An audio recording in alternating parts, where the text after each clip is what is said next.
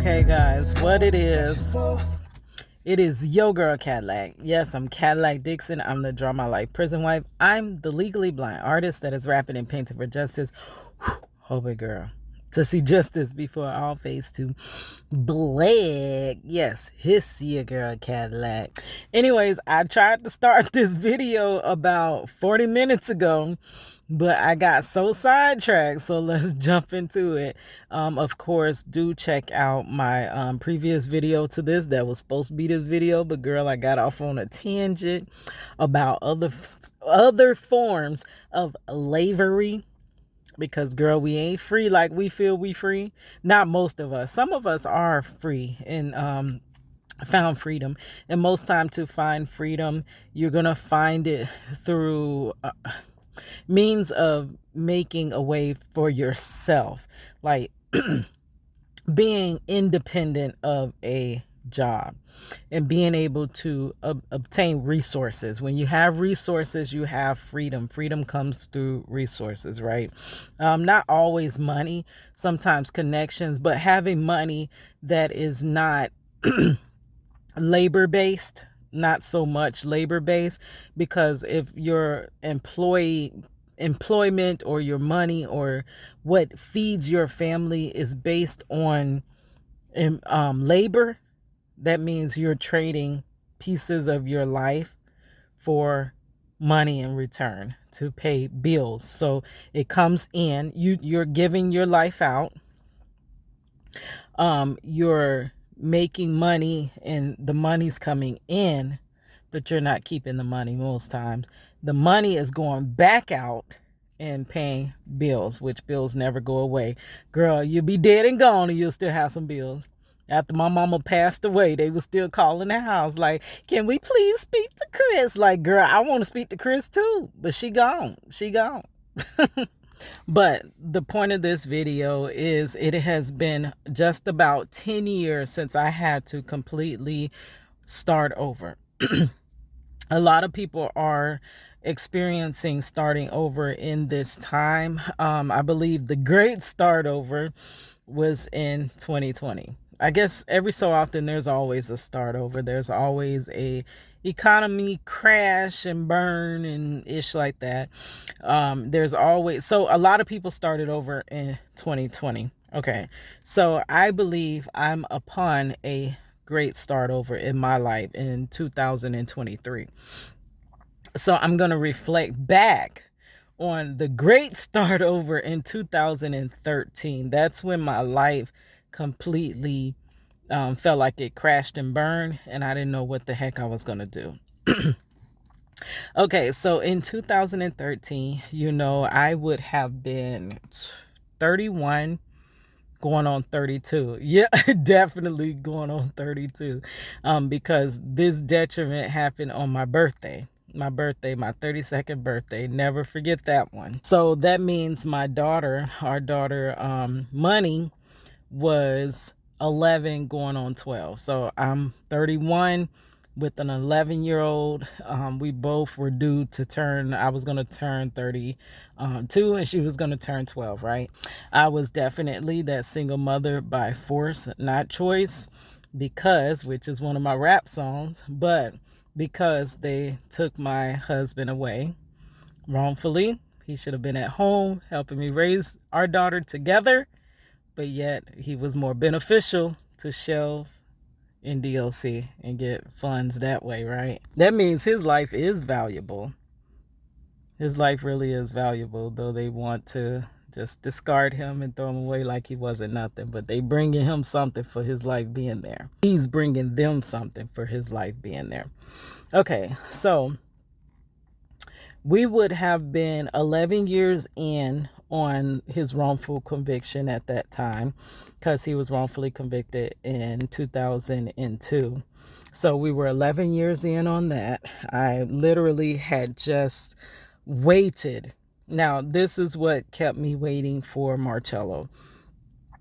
that public defender that insured his case. Without that public defender, Marcello probably would have came home, but yet we did not know. The man was like, am I on offense or am I on defense? I don't know. Like, he didn't know who he was fighting for, girl, but he sure wasn't fighting for Mr. Jackson. So what kept me holding on, because many people would say, who the freak waits 21 years for this Negroid, right?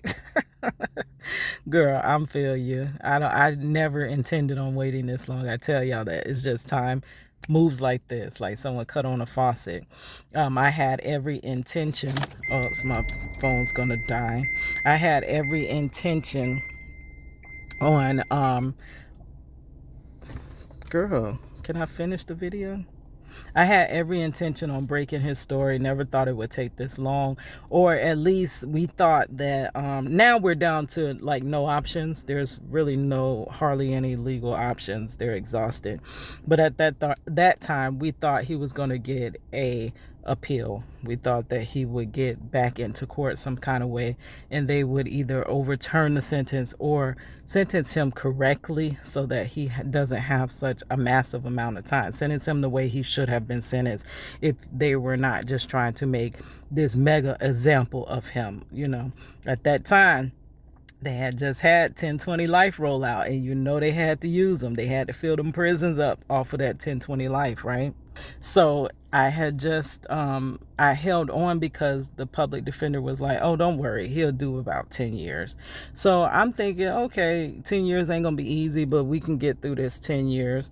So here it is, 11 years. I did reach back out to that public defender, and I'm like, well, what happened? You said it would be about 10 years. It's been 11. And then he comes back and says he never told me that. Like, that's the piece of hope I've held on to. How could you have never told me that? He then tells me 11 years later, 40 means 40. Girl, you didn't tell me that day after court, but now you telling me 40 means 40. You told me he won't most likely do no more than 10 years. Now he's done 10 years times 2 plus 1. Almost plus 2. But anyhow, so I still was like going through that, thinking that it was almost on the cusp of him coming home. But no, girl, no, it's not April Fool's Day. You thought your man was coming home, but he ain't, girl. So I'm deep into single motherhood. It's a struggle. Money's just going to middle school. Middle school, that's kind of tough because that's when your child could end up in the wrong with the wrong company and getting into trouble and stuff like that. Like, middle school is really crazy. Those years are detrimental. So I was still working overnight, still very exhausted, still trying to hang out with money and tend to her during the day. In 2013, I think I was at the end of my rap career. I did not want to let it go because I was really, really good, like really good, guys. But, the industry is built on something else. And I was not really wanting to accept that I literally grinded that long and did that much work, put that much time in, invested that much money for no return again. Like, that's usually how it goes in my life. But again, for no return. So I was letting go of my rap career, which was breaking my heart because I love music. People loved me. People loved my music. I knew I could have been great. Any artist that's out there, any rap artist that's out there, even Nicki Minaj, girl, I could have been just as big, just as good. Which in hindsight, I'm glad I didn't make it in that industry because that industry is wicked. Like, girl, no, I'm not selling no parts of my soul for that. Like, no. If that's the payment required for Marcello to be free, I'm sorry, babe. That's the one thing I cannot do. Cannot sell out to, So it literally was breaking my heart that I had to let those dreams go, flush another dream down the toilet. So I was still somewhat rapping and things like that. I was still working overnight. I don't know. I had done graduated from cosmetology schools, passed state board, with carpal tunnel. It's always, my gift is always giving a curse with it. Oh, that's my stomach growling. I'm hungry. Sorry, guys. Stomach. So that's how my life was set up. I'm very much like, I'm in my 30s now. I never thought that, I knew I was going to be a single mother by a certain point, but I always thought I would overcome and be decent, be good. I had just got an apartment, and then my comfort zone was shattered when me and my daughter, this is another thing that happens when your husband is taken away from the house. You're left unprotected. I Somebody tried to run in the house with my daughter sitting there watching Saturday morning cartoons, and I'm dead sleep, because I'm just got off a night shift. But that didn't play out like horribly bad. I do have that story time. If I can find it, I will link it in the description box below. So I no longer felt safe. Me and Money finally got our apartment we always desired, but then I no longer felt safe. I felt unprotected. I felt left out. Like, you took my husband, and now I'm just here, a sitting duck alone. You taking him also made me have to struggle in double time stuff, be mother and father, and ever present all the time. And now I'm being depleted. I'm being overworked, over exerted, everything above. And then working overnight causes its own thing. I worked at the Super Center. I started the Super Center in 2002, so I always refer to when Marcello went to prison. I went off and did my own prison sentence. That is very much, we used to refer to that place as the Blue Hole. The Blue Hole. Anybody that has worked for them, I'm sure you pretty much feel that if you work for them an extensive amount of time, you feel that. It very much does feel like a way of being incarcerated as well, being one of their employees. And I used to hate that job, and I hated myself because I worked there. And one thing that my mother always used to tell me is, like, she knew how to push that button. She was like, well, that was your choice to go there. And I'd be like, Mom, I understand it was my choice, but when I made that choice to go there, I never thought that I would be stuck for the rest of my life. If I knew I was marrying this place, I never would have accepted the job if I knew I would be stuck here for that long. Like, if I was going through it, I could not stand that place. I was very depressed in 2009. That was my worst bout of depression, to the point where I didn't care about nothing. I didn't want to get out of bed. I didn't, nothing. And a lot of it stemmed because, my husband situation, and wanting and longing for him, and seeing how life is just so freaking unfair and all of that stuff, which I have made amends with that and understand, and partially, for the most part, accept it. There's this much of me that won't accept it. But I didn't want to live anymore, to be honest. I knew I had to live and go on, for our daughter, because her father's already gone, and it's not fair to her to have her mother gone as well. So I tried to be over present in her life, and she is who kept me alive and kept me going and kept me striving, because I knew I had to make it for her to be able to make it. So this is the mindset that I'm in. I'm like very much my broken dreams led to my broken heart, basically. And I was just existing and still working overnight. Okay. So my birthday came. Girl, I still love music. I had this thing called Project Reach the World, so the world can see how they locked him up and threw away the key. If you don't know what Project Reach the World is, I do have a video. It is all my art forms to get through all my dark storms. I am an artist. Whenever I go through things, I create about it. And my art gets a lot of recognition, but nobody ever cares about why I do my art. The art itself gets recognized, and it was me basically doing my art to tell my husband's story and hope that one day, I've seen it happen for 2 other people. It can happen. It could work. Project Reach the World could actually work.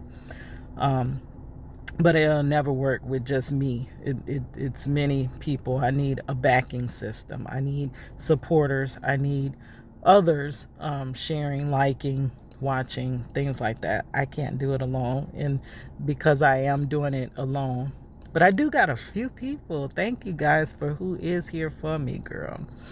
um it's slower. It's a slower grind. You're growing, but burly. I was losing my sight, so I realized that I was going blind and stuff like that. I had just basically kind of found out not too long prior what was going on, but I knew one day I would lose my vision fully. It was just a lot happening at that time. So Ice Cube was coming. Love music. Love Ice Cube.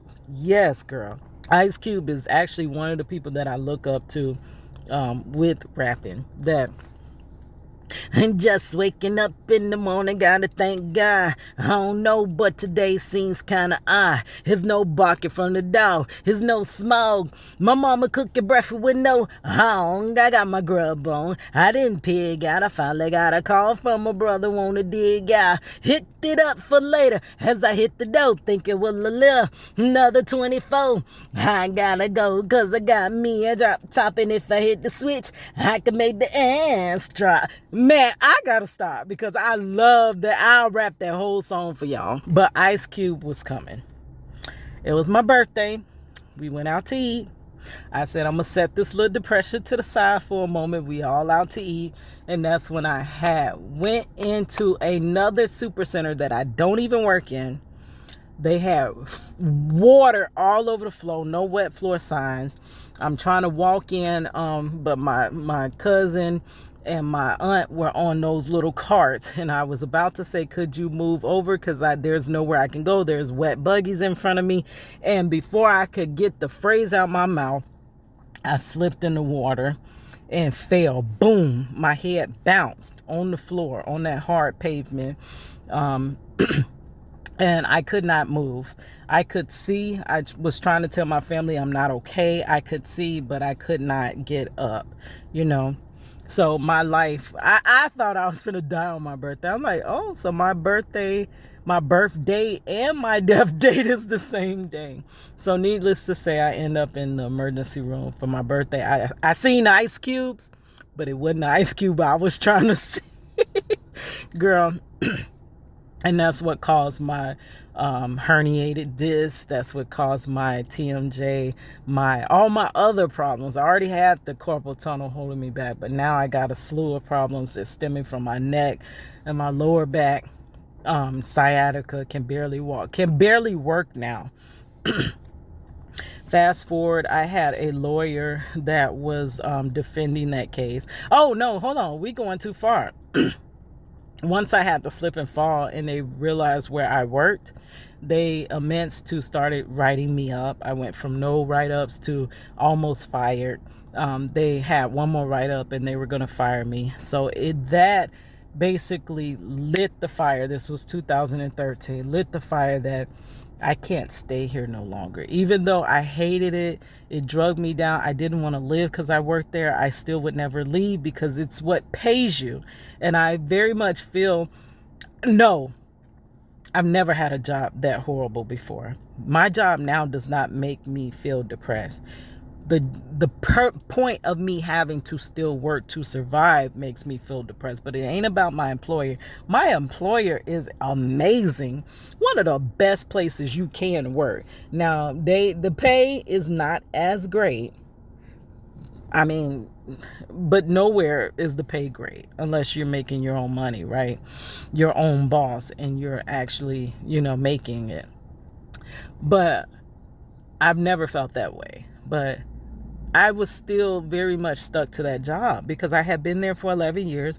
I had 401k. I had stock in the company. I had all kinds of, my whole work history was basically there. I worked previous jobs, but never a place that long. So everything was basically wrapped up in that job. And I knew I had to leave. I could not stay. They were trying to fire me because I got hurt on their premises. So I had to start over. I'm sorry, that was such a long intro into me having to start over. So I'm now at the library. I'm going to have to go upload this and then get back into it. Girl, piece it together. But I'm still doing it the best way I can. You know, I want to stay dedicated to this YouTube thing. I know it's going to take a long, long time. It's not going to take off overnight. But over time, it's going to take off, you know. But just hope I don't sink before it does, girl. But I do have like maybe one more minute. So I failed at the job. The job commenced to starting to try to fire me. That put the fire under me to look for other jobs. And by golly, I found a job. I found a job. And you would think I should have got paid. I should have got paid because that basically ruined me. That ruined my life, honestly.